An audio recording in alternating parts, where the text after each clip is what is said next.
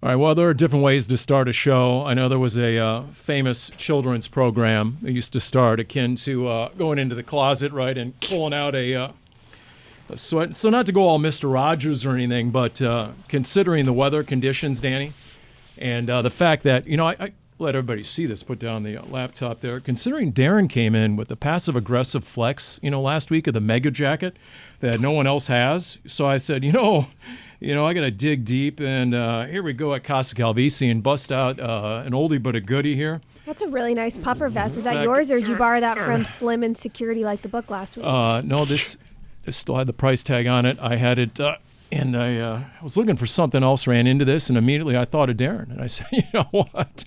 Darren isn't the only guy. The best part of the outfit is you're wearing the vest zipped up over a jacket. You know what he looks like? He looks like Jordan Phillips, former Cardinal for the Bills, who came out in warm-ups and he had the giant winter coat underneath his jersey. No, come on. You didn't see that? I did not see that. You'll have to check that out after the So wait a minute. He had the winter coat on, then he put the pads and the jersey over the winter coat? It looked like the pads were under the coat. I'd have to look at that again. All right.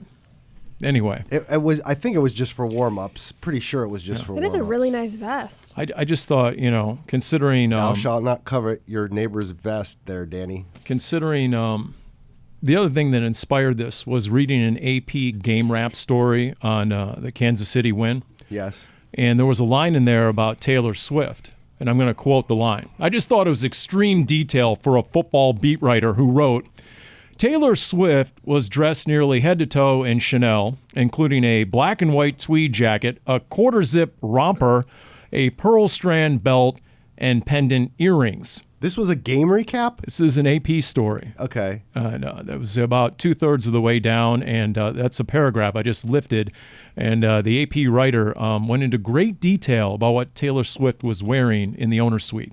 I liked the outfit. I'm not sure it warrants getting its own paragraph in that article, but what do I know? I don't want to pigeonhole someone, but I'd love to know who wrote that story. That does not seem like a normal sports writer thing to know. Yeah, it seems like there should be an attribution at the bottom or some sort of sub-byline or whatever you call it in the print business. Such and such also contributed to this report. Right, exactly.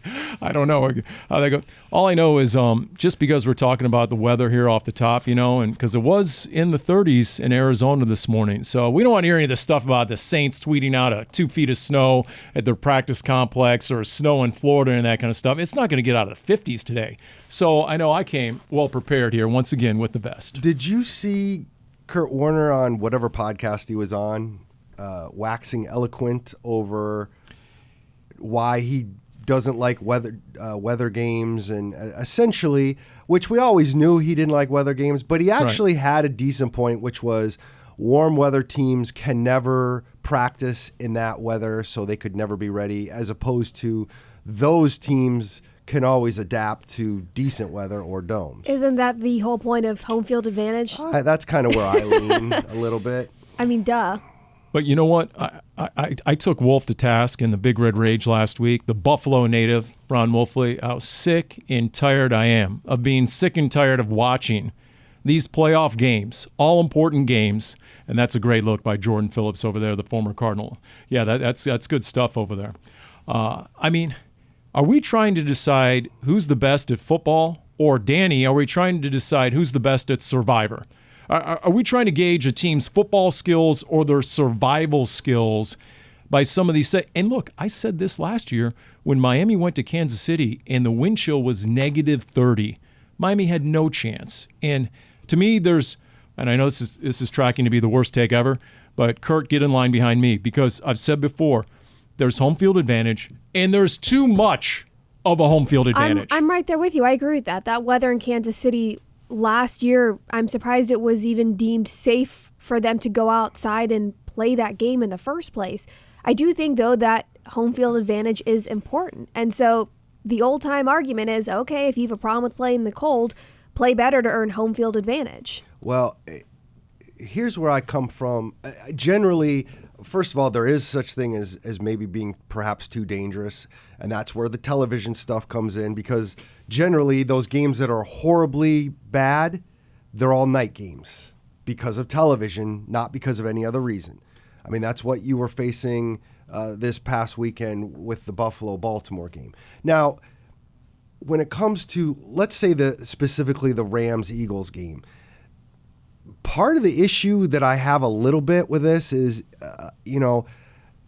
could the Rams have won that game? I think absolutely. Without the weather, they could have won that game. However, you're not the only one. Sean McVay hinted heavily that without the 2 fumbles in those elements that they're not accustomed to, they win the game. Okay, but I will say that when you hear A.J. Brown saying, I wouldn't wish that weather on my worst enemy, right. I'm pretty sure the team, and I've heard Andrew Brandt, who used to work in the front office of the Packers, say this multiple times. There is nobody for the Eagles. There is nobody for the Packers. There is no player ever that says, I play in this weather, I love it. Even the teams that have the quote-unquote home field advantage hate it because it sucks and it's hard to do. I will say the Eagles won that game, yes, in part because of the weather, but also because they were built for this time of year. What do the Eagles do better than anybody? They have a gigantic offensive line and they have a guy who runs for 200 yards a game. I would argue that probably played a bigger factor than the turnovers because the Eagles had some issues there. Yeah, the A.J. Brown quote, we couldn't even see out there. So imagine throwing the ball and catching the ball, even though they were doing it at the end, talking about Matthew Stafford still throwing for over 300 yards. And he said, absolutely, affected everything. I wouldn't wish that on my own worst enemy. And I would also argue one of the biggest plays of that game had nothing to do with the weather. It had the rookie center turning the wrong way and letting Jaylen Brown go right up the middle and sack Matthew Stafford. And I would argue if you don't make that mistake, which has nothing to do with the weather, the Rams win that game. Yeah, Jalen Carter. Yes, Jalen Carter. What did I say? Jalen Brown. It's all right. There was a wide open dude that, I think Orlovsky got into that. There was a player wide open to Stafford, and then all of a sudden he had no chance because Jalen Carter's all over him. And, So anyways, that's kind of how I feel about it. I get both sides of it, but ultimately deal with it. I just hate watching playoff games. All important, winner-take-all, postseason games decided in a field where guys can't find their footing, where guys are sliding all over, where guys aren't able to cut. You'd be like, well, look at Saquon Barkley. I get it. But that was about 70 yards worth of just straight ahead. I've got a crease. And I get it. I just... I get it to a certain point, but I would also say that, again, home field advantage. Now, the Rams are not a good example given all the horrible things that have happened in Los Angeles, but the Rams went 10-7. Like, if you want home field advantage, go earn home field advantage. You could have played all those games in L.A. By the way, and I had this down, this is something I also brought up with Wolf. When I watch the Eagles, I've never been a big fan of Jalen Hurts. He's pretty good. I don't really see him as a Super Bowl caliber quarterback. But to Darren's point, when you have an offensive line where all 5 members of that O-line got all-pro votes, when you have Saquon Barkley, when you have that defense that has been absolutely outstanding, second in rushing offense along there, the number 1 total D, number 1 pass D. And to me, that's where Monty Ossenfort and Jonathan Gannon are tracking with this Cardinals team. That run game, trying to put together that sort of defense, build that sort of team around Kyler Murray. Absolutely. That's the reason of re-signing James Conner. It's going to be interesting this offseason of other moves that are made because starting right guard Will Hernandez is an expected free agent to be, and so is Kelvin Beachum, your swing tackle who played both right and left side. And when you draft rookies, Isaiah Adams to be your foreseeable guard, presumably, who got a lot of time there later on in the season. You draft Christian Jones, who was your starting right tackle in the final game of the season, saw a few snaps the game prior to that. It's question marks of who wants to come back, first of all, on the player's end, and then who makes sense from the team standpoint when you have younger players that you are trying to develop. The fact that the Cardinals also gave a contract extension to center Yelda Froholt is huge from a consistency standpoint. It's very clear running the ball is going to continue to be an emphasis and a priority for this offense. You just have to have the right pieces. So it's going to be interesting this offseason how they go about that. And I'm curious to know how they execute the offense. I mean, there is a reason A.J. Brown needed to find his inner piece on the sideline. Just not getting the ball that much. Yeah, it's you realize that his quarterback, and this is sort of my point. When you hear this stat, since week 6, the Eagles quarterback has a touchdown to interception ratio, including the postseason, of 16-1. That's Jalen Hurts. Typically, I would reserve that sort of stat for Mahomes or Josh Allen, Matthew Stafford. But when you put that sort of team around him, and the other stat was all 4 winners in the divisional round combined for 0 turnovers, while the 4 losing teams combined for 10 turnovers. And again, you're talking about turnovers from the losing teams, from guys that weren't turning the ball over most of the season. Okay, Jared Goff had that one bad game, but for the most part, Jared Goff was really good. We know Lamar Jackson was excellent until the very end. Matthew Stafford has been pretty good about it. And again, we could talk about the weather if we want. We can talk about, I don't really want to, but we could talk about the officials in the Chiefs game. And I understand that there was some iffy calls, but I mean, please, like the Texans, does anybody think the Texans played well enough to win that game? No. Nope. I mean, 7-0 now in the divisional round for Patrick Mahomes, 16-3 in the playoffs. It's just the way they do just enough to beat you and move on. I'm gonna have a Paul Calvisi hot take here. You guys ready for this? Go ahead. Where's your oven mitt? Because I already forgot it. I busted out an oven mitt earlier on Rob Fredrickson. If you guys want to hear my hot take after Darren, here we go. My hot take is you take the quarterback slide out of the game. It is no longer a thing. If you want to run, that's great. You better do what Kyler does, which is get out of bounds. What about the head first dive? Because if you've noticed, they've really evolved Kyler into going from the slide, baseball style, feet first, because it's too risky to take the head shot, to diving, Pete Rose style, if you will, old school, and diving forward. Okay, so here's how I would have the rule. The rule is still you can't hit a guy who's already on the ground. Like if he dives and there's nobody around him, you better just touch him up. Otherwise, it's unnecessary roughness.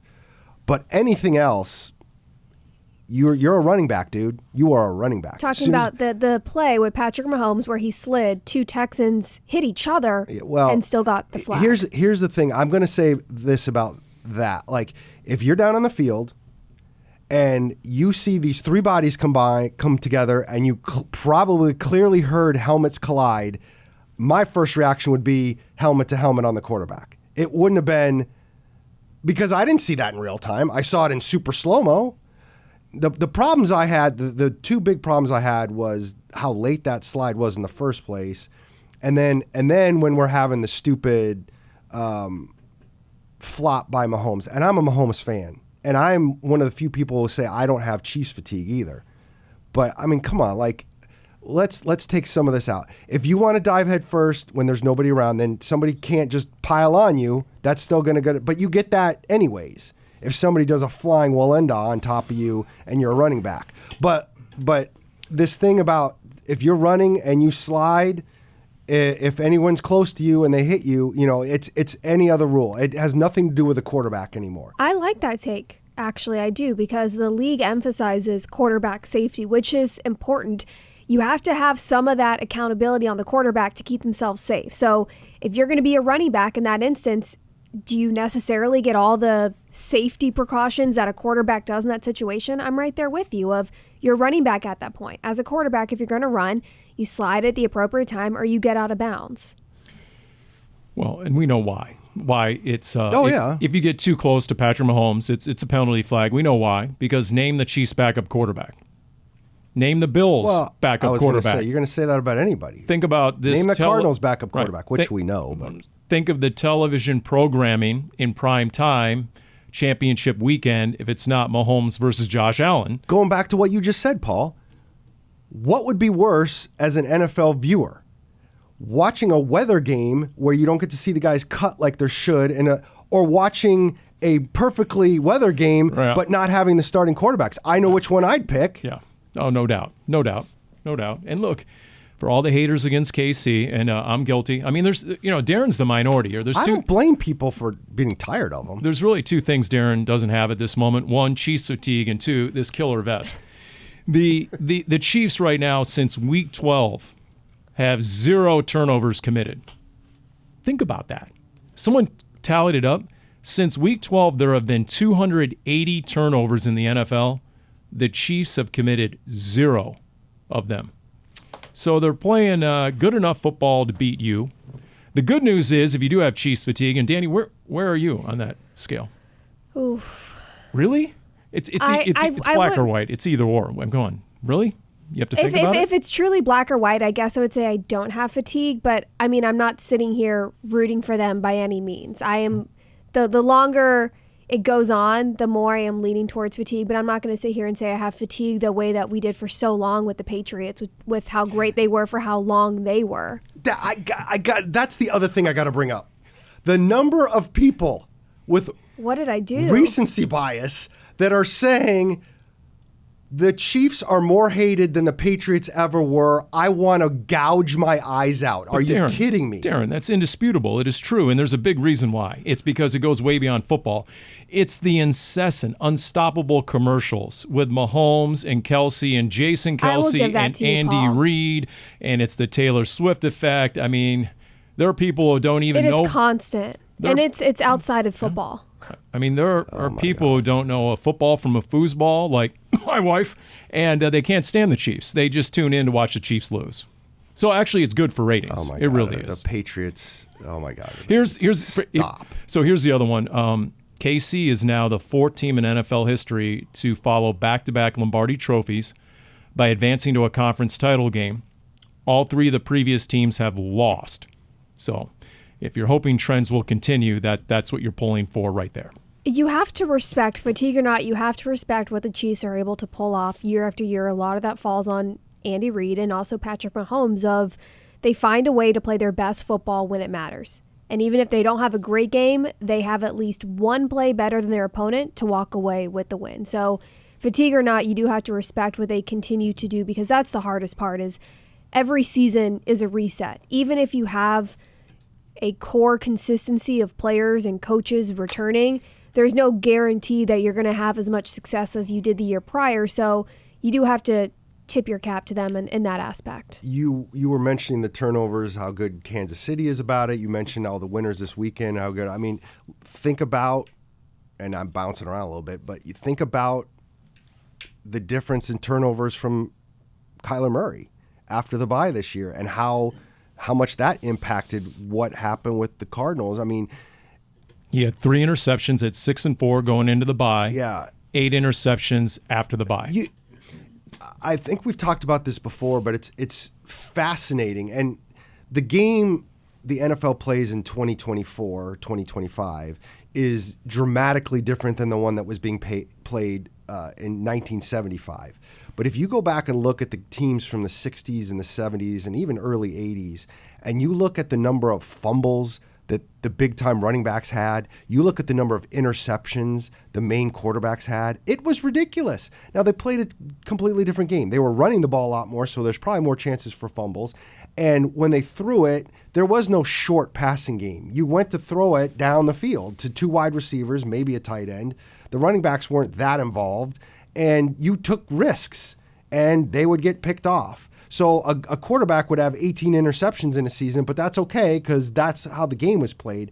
Now we talk about the ball. I mean, as we break any team down, whether it's the Cardinals or anybody, like you turn the ball over, it just is disastrous.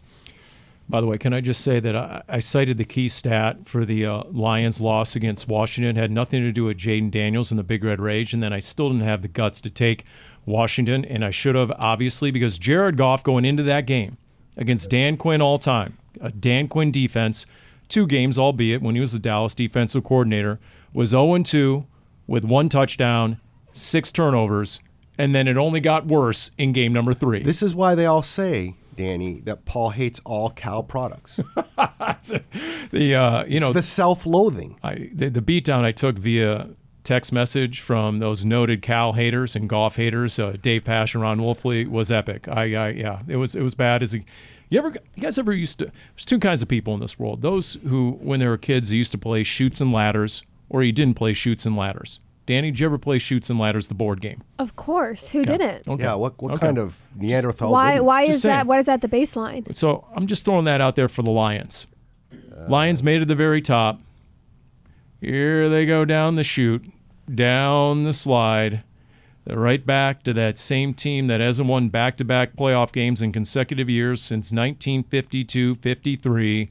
Ben Johnson out the door. Lions fans already calling him Ben Addict Johnson for staying in the division, going to Chicago. $13 million a year doesn't do it. Is that what he got? I didn't even see that. I saw some ridiculous numbers. I don't know if they're absolutely true, but if there was a bidding war, goodness gracious. I might need a moment. Hang on. How much again? 13? We going to talk about John Fossil, the Cowboys special teams coordinator, moving laterally to an entirely different organization in the Tennessee Titans, and what that might say of what's going on behind closed doors? Or are we just going to not mention that? No, that's a he good one. He didn't have a job, though, did he? That's a good one. Well, the Cowboys haven't officially hired a head coach, so that leads the question of have things been decided behind closed doors and the head coach might not have a plan for him, or is he making this move preemptively on his own for what he's expecting to come? Get out while you can. Okay. This is a holy cannoli stat that's going to blow your hair back. You ready for this one? I don't have much hair. The last Lions coordinator or assistant coach to leave Detroit for a head coaching gig.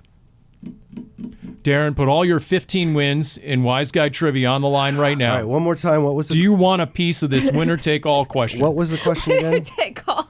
But Paul already knows the answer and is asking the question. Paul makes the rules now. What's the question? Dani, do I get your blessing? It's all season. Can Darren put the whole season on the line, win or lose? If Darren wants to, sure. Shove all chips into the middle of the table. Absolutely. The last Lions coordinator / assistant coach to leave Detroit for a head coaching gig was?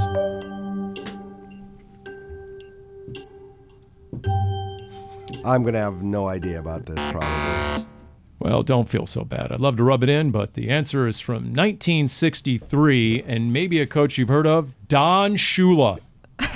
Don Shula, coach for the Lions? He went to the Colts as the Colts head coach. Well, I knew the Colts, but I didn't know that's where he came from. Colts to the Dolphins, winningest all-time NFL head coach ever, Hall of Fame. Well, we knew that. But he was the defensive coordinator in Detroit. Right he lost Super Bowl III. His first head coaching Joe Namath gig. So there you go. That's what I'm talking about. Chutes and ladders. And they're going to lose Aaron Glenn. Aaron Glenn, don't do it with the Jets. Go to New Orleans. Don't do it with the Jets. And now you're going to see what's going to happen. See what's going to happen with that Lions roster. Hang on. Here's a fun. Would you rather head coach of the Saints or New York Jets if Aaron Rodgers stays? Well, I'm assuming you have a say in that if Aaron Rodgers stays. You think? Oh yeah. Seems to hold a lot of power wherever he goes.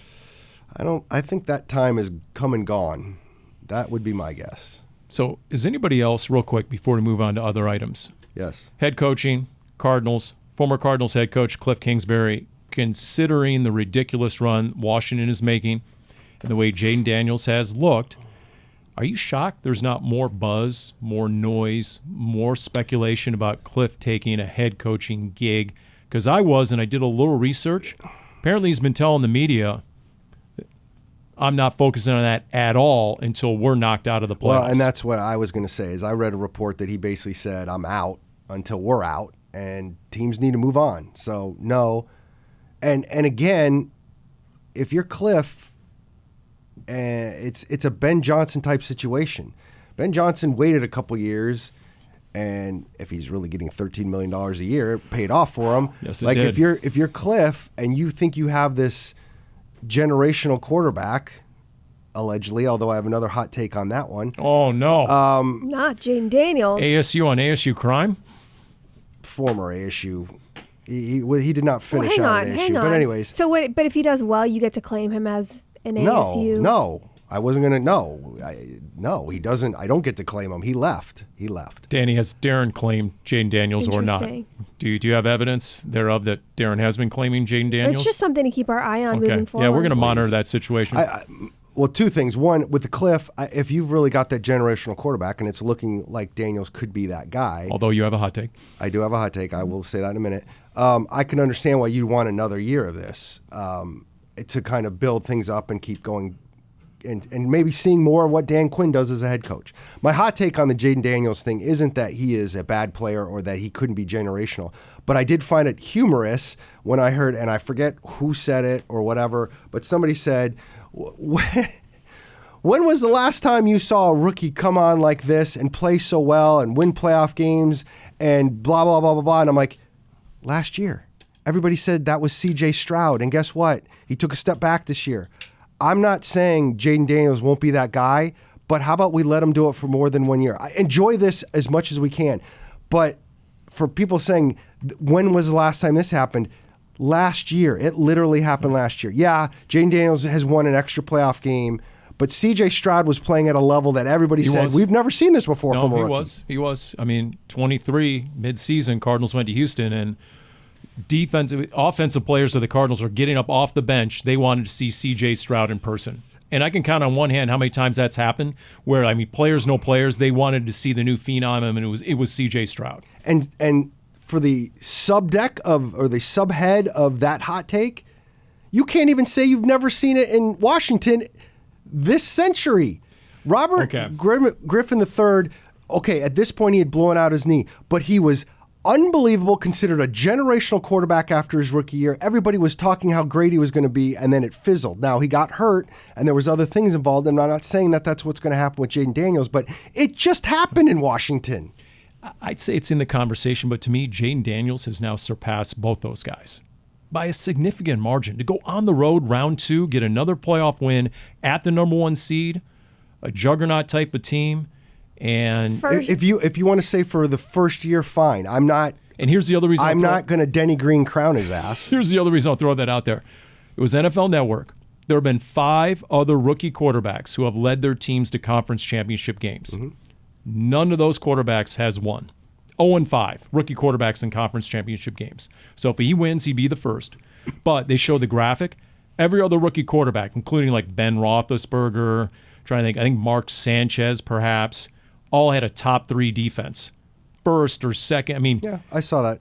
You see that? And Washington's defense is like 18th. Now, they played pretty dang well against Detroit.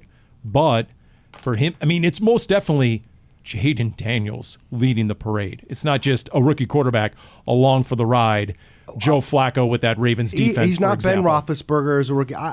Again, he has been amazing.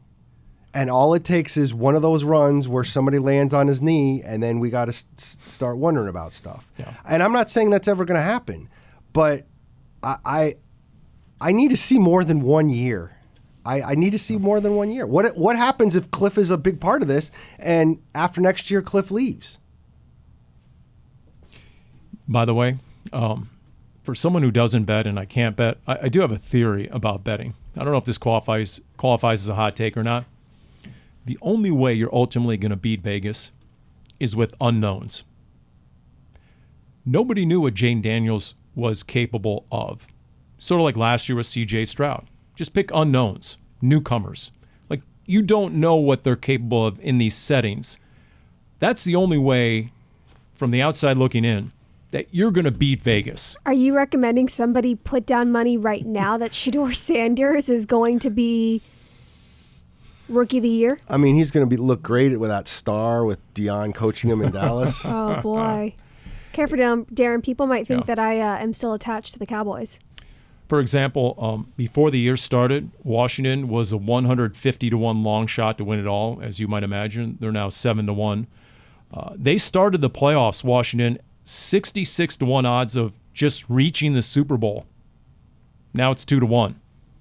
So again, if you focus on the unknowns, what Vegas doesn't know, where you're sort of on equal footing with Vegas when it comes to, all the wise guys out there. So basically you're talking about wagering your own money by essentially throwing darts at a wall and hoping it sticks. Just saying, if you have a theory about some of these, what a brilliant way to use your wages. Maybe don't take betting advice from Paul Calvisi from Calvisi Consulting. Yeah, I'm pretty anti-betting, so there's it's to my own benefit that I'm not allowed. I'm not saying it's warm in here. Yeah, but aren't you sweating a little bit with two coats on? A little bit.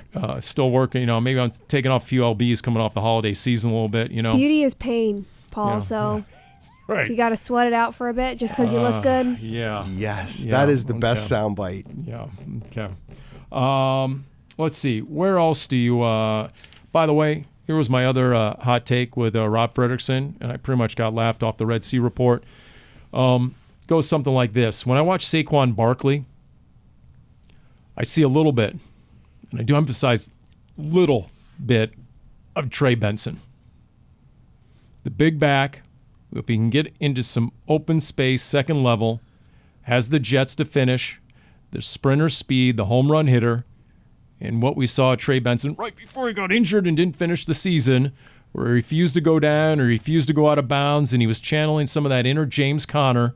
The cram it vertical had rubbed off on the rookie, and a guy who runs a sub 4.4 and was dissatisfied with his 4.38 and said it should have been lower 4.3s. He's run plenty of those.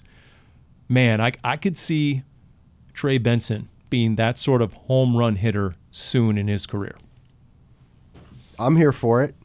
I don't know now what I'm else. putting him in the same category as viable NFL MVP, so I get it. I'm just saying some of the style, the type of back that you see in Saquon Barkley, I could see Trey Benson really improving and that's evolving. Why it's funny. I got a mailbag question about mock drafts, and somebody was making never the point, too early. Somebody was making the point that on one of the outlets where they're doing the auto mock drafts that Ashton Genty was falling to 16 and being available, like when the Cardinals were picking, and he's like, do you think if he happened to fall to that point, would you pass on a blue chip running back like that? I know there's other needs, but this and that.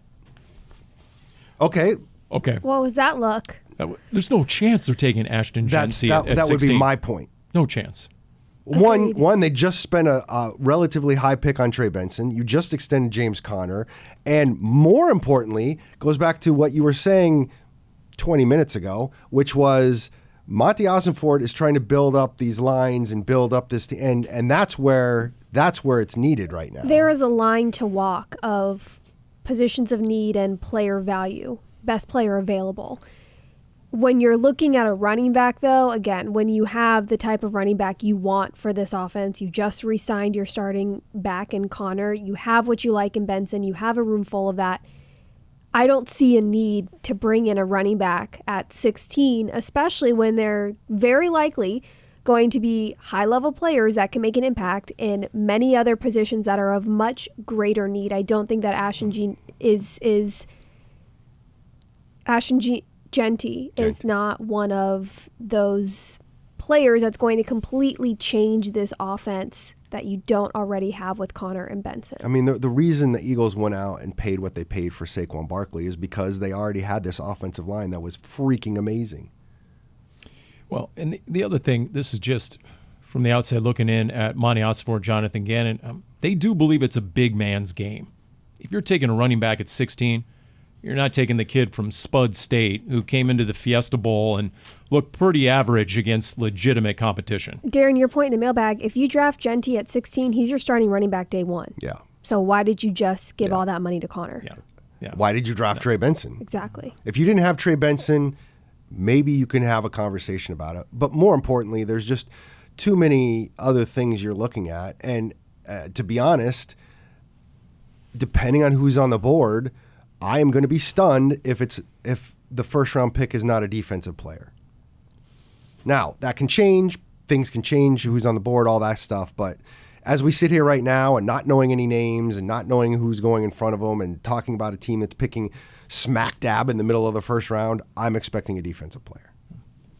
I mean, yeah, if you can find, for example, the next Jared Verse, right, who looked really good in that Eagles game. Man, did he look good. That Rams defense, that Rams pass rush. And remember, Jared Verse went 19. You're at 16. So if that guy, to your point, Darren, is on the board, absolutely. At the same time, if you're thinking there's an offensive guard at 16 who's going to be a perennial Pro Bowler, like Quentin Nelson type. Yeah, that's what I'm saying. I could see that. We don't know who's going to be there and who's going to kind of, I mean, even now, we don't know a lot of the names. I don't know a lot of the names, but we don't know how they're going to kind of filter out as we get closer. Last year at 4th, Paul, you're saying was let there be a 4th QB to give the Cardinals a little bit of leverage if they wanted to drop down a spot, get some extra draft capital, and still get the player they wanted in Marvin Harrison Jr. You got to think of a creative slogan of something for 15. That's right. For the Cardinals to get who they want at 16. Right. So start churning away. I'll do that while you guys are playing all those draft simulators. I'll be figuring out the marketing slogan. By the way, the Lions marketing slogan, talk about foreshadowing, and this is regrettable. Do you know what their marketing slogan was all year long? We want more. Coming off the NFC Championship loss where they blew the 17-point lead at San Francisco last year. I'd say you effectively left your fans wanting more after a 15-win season, right? So, okay. By the way, speaking of the weather, and, once again, when you have the vest, you can talk about the weather. Are the Cardinals not semi-built right now for one of those weather games? Yeah. Well, look what they did with James in 2023 in Pittsburgh and Philadelphia, which were chilly games. There was rain in Pittsburgh. There wasn't snow, but I think they are, yeah. So, okay. All right. So Paul's done a 180, and now he says, bring on the weather games. No. That's what I heard. Thankfully, there's only 2 weather games on our upcoming road schedule. One is Cincinnati, which could be cold if we get that in December. Although I will say we've lucked out the last few years with cold open weather or open roof stadiums in December, having Pittsburgh and Chicago and Cleveland recently. The other weather game is Tampa Bay, and that's the opposite. You just hope that's not September, early October, where the humidity You don't know what it's going to be like in Germany. Ooh, that would be fun. What do you know that we don't? I don't know anything. I don't want to start something. But there's still that opening, potentially. I don't know. By the way, the stadium. Tampa in September would Cardinals suck. Underground from some dive bar with pretzels and beer cheese.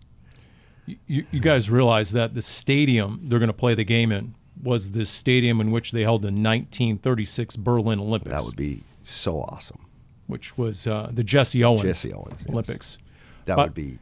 Have you seen the movie Boys in the Boat, by the way? About the row team from Team USA in the 36 Olympics? Yeah, I want to. Excellent movie. Really. As a history guy, I would love to. I'm a sucker for the underdog stories, and it's a true story. Really well done. Really, really well done. I thought Paul rooted for me, and now I know for sure.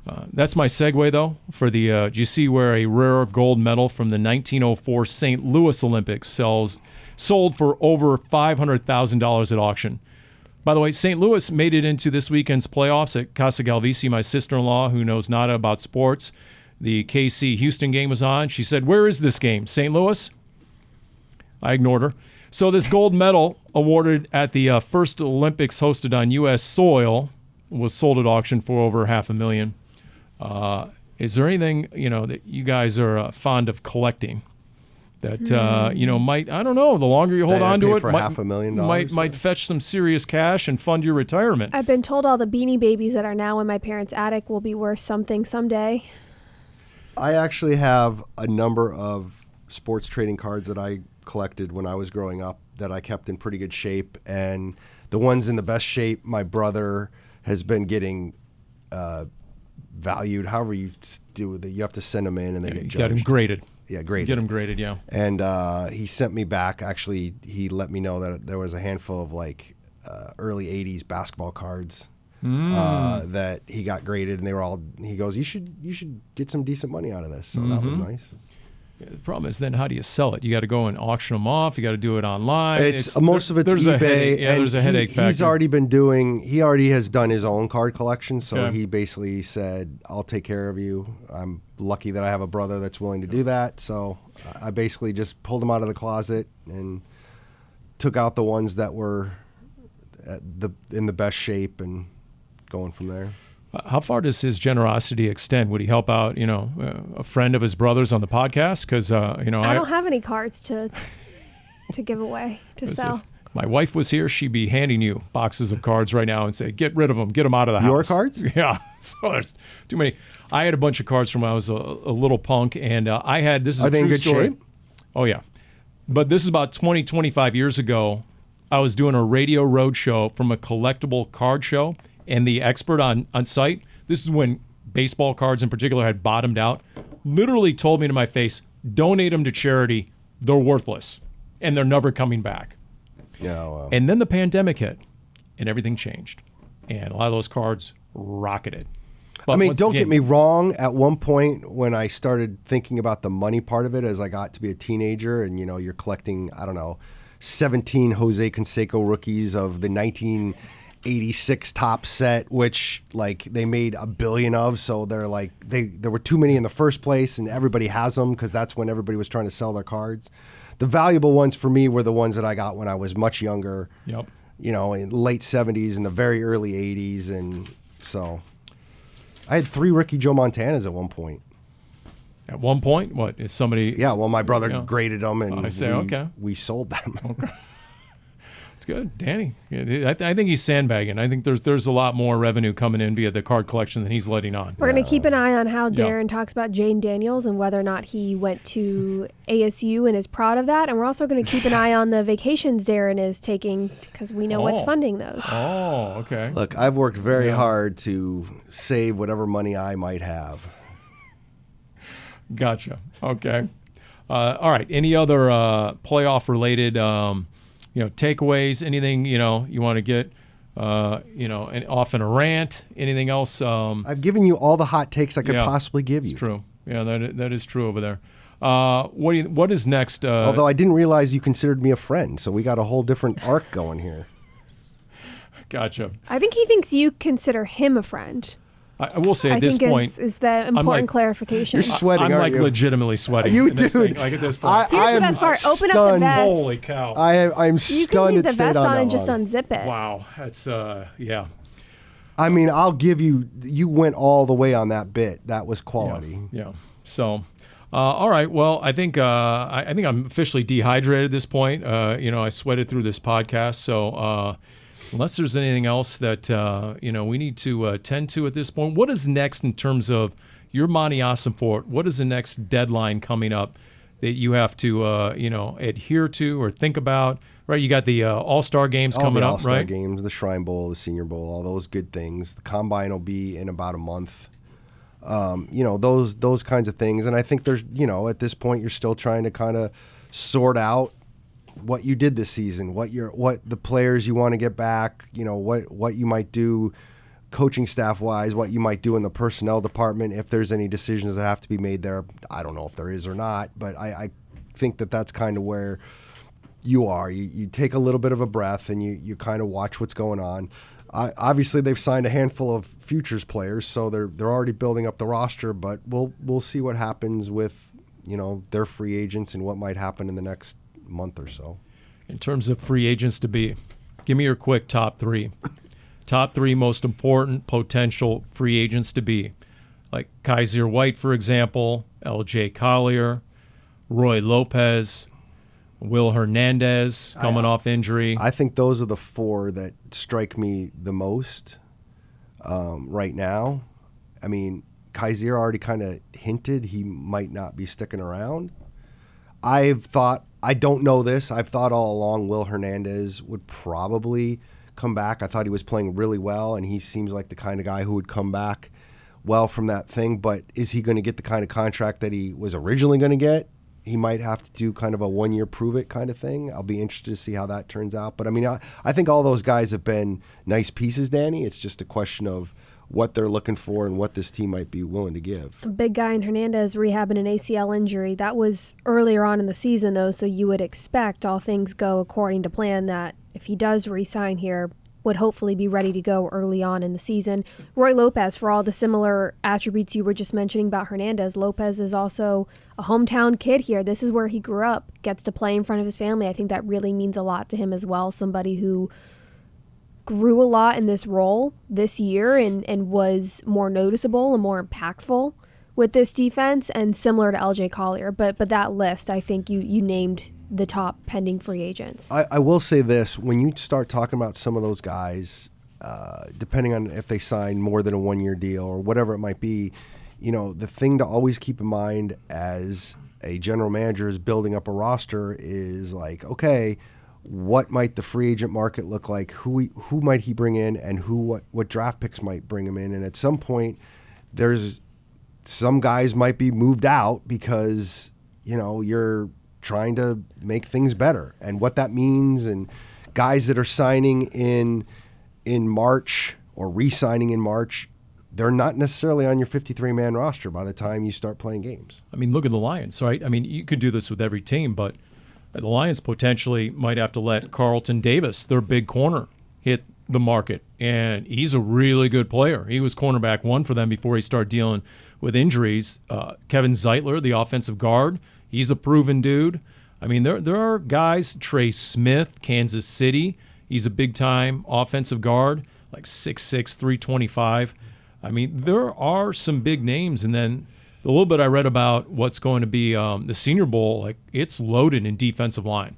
So I think there's definitely going to be opportunity, and most of what the analytics about the cap, Cardinals are top 10 potentially in cap space, we'll see what that means. But I'll leave you this, 2 media notes real quick. Number 1, if you're looking for something on azcardinals.com, Frank Sanders on Big Red Rage, I thought made a really good point about Marvin Harrison Jr. Because I cited how if you look at the top 3 all-time in rookie receiving yards, Cardinals history, Anquan Boldin, Marvin Harrison Jr., Frank Sanders, some guy named Larry Fitzgerald is 5th, okay? And Frank said, well, I had Rob Moore as wide receiver 1 my rookie year. Larry had Anquan Boldin his rookie year. Marvin Harrison Jr. was wide receiver 1, got all the extra attention, always got cornerback 1. And it was a really good explanation. And his direct quote was, he's not going to be the same player next year. Meaning there's going to be significant improvement by Marvin Harrison Jr. just in terms of the playmaking, in terms of filling into the role and serving as wide receiver 1. The other one was, I think anybody who's in the media and has ever said anything negative about the Bills is owed a playoff bonus. According to NFL Network, you see where Josh Allen's halftime speech was all about the media doubters, all the media haters, everyone questioning him. And then apparently the Bills' defense going into the game showed a highlight reel of all the media talking heads talking bad about the Bills' defense. He said that in his post-game interview as well. Yeah. So, of course, they never pay attention until they know everything that's said and they use it as motivation in pregame speeches. I will say that most media was thinking the Bills weren't going to be nearly this good this year. Yeah. So they actually have a reason to actually bring that up. Okay. Now, when the Chiefs bring it up or the Eagles bring it up, come on, man. By the way, Buffalo finished a 10-0 home season. Who led Buffalo 17-3 late first half in week 1? Ripping at scabs, Paul. Ripping at scabs. All right. You know what? I'm gonna put the vest back on here. Here we go. That's because it's at least in the 50s out there, Dani. It's cruel and cold, hard world outside the studio walls. I've got warm blood now. That is cold for me now. Right. That's right. Physically and mentally prepare yourself for the rest of your week here on Cardinals Underground, brought to you by Pacific Office Automation. A little help over here, Alex. Come on. Let's go. Here we go.